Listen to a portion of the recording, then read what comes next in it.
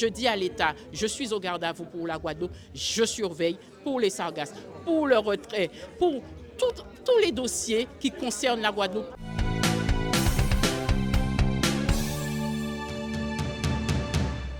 Nous sommes à la fête de Sainte-Anne. En tant que sénatrice, en tant que parlementaire de la Guadeloupe, j'ai tenu lors de mon discours devant la population de Sainte-Anne à revenir sur ce que moi j'attendais des communes.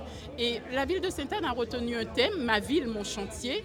Et lors de mon échange avec la population, avec le maire, j'ai voulu dire qu'un chantier, il est terminé lorsque l'entrepreneur est payé, lorsque nos artisans sont payés. Alors j'ai peut-être choqué certains, mais je ne parle pas, je ne fais pas de politique, je ne défends pas mon territoire et je ne défends pas mes convictions d'une évolution statutaire et institutionnelle si mon peuple a faim.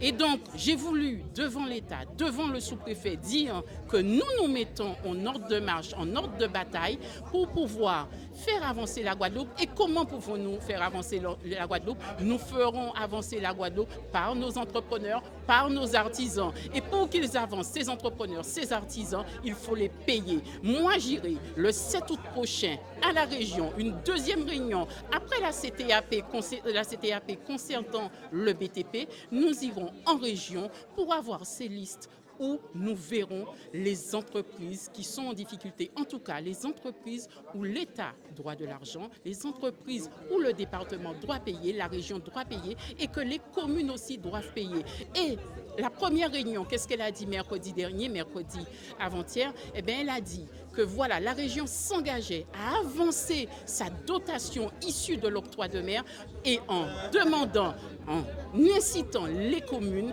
à régler les entrepreneurs, les artisans pour les chantiers déjà réalisés. Et moi, en présence de M.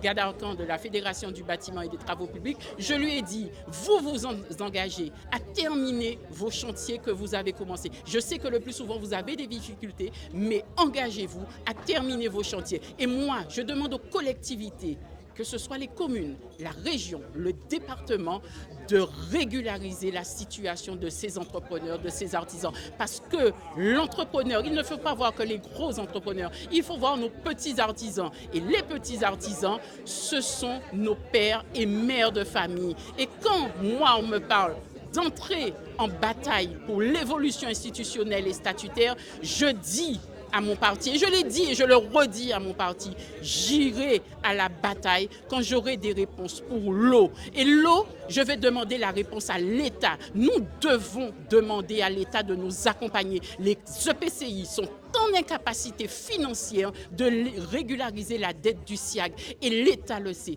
Donc j'irai au combat pour l'eau, j'irai au combat pour le BTP, mais j'irai aussi dire à l'État, commencez par payer les factures du CHU, commencez par payer les factures de l'université, commencez par payer les factures du cyclotron. Et là, à ce moment-là, je dirai à mes communes, voilà, nous avons fait le travail ensemble, nous avons fait le travail en même temps que l'État. Mais je dis à l'État, je suis au garde à vous pour la Guadeloupe, je surveille pour les sargasses, pour le retrait, pour tous les dossiers qui concernent la Guadeloupe. En tout cas, je suis au combat et je continuerai mon combat. Mais sachez que je suis pour cette évolution institutionnelle et statutaire pour l'archipel Guadeloupe. Et je dis à l'État de ne pas oublier que la Guadeloupe est un archipel. Je suis d'une île et je défendrai les Iliens face aux sargasses, face aux retraits de côte jusqu'au bout. Voilà mon combat pour la Guadeloupe.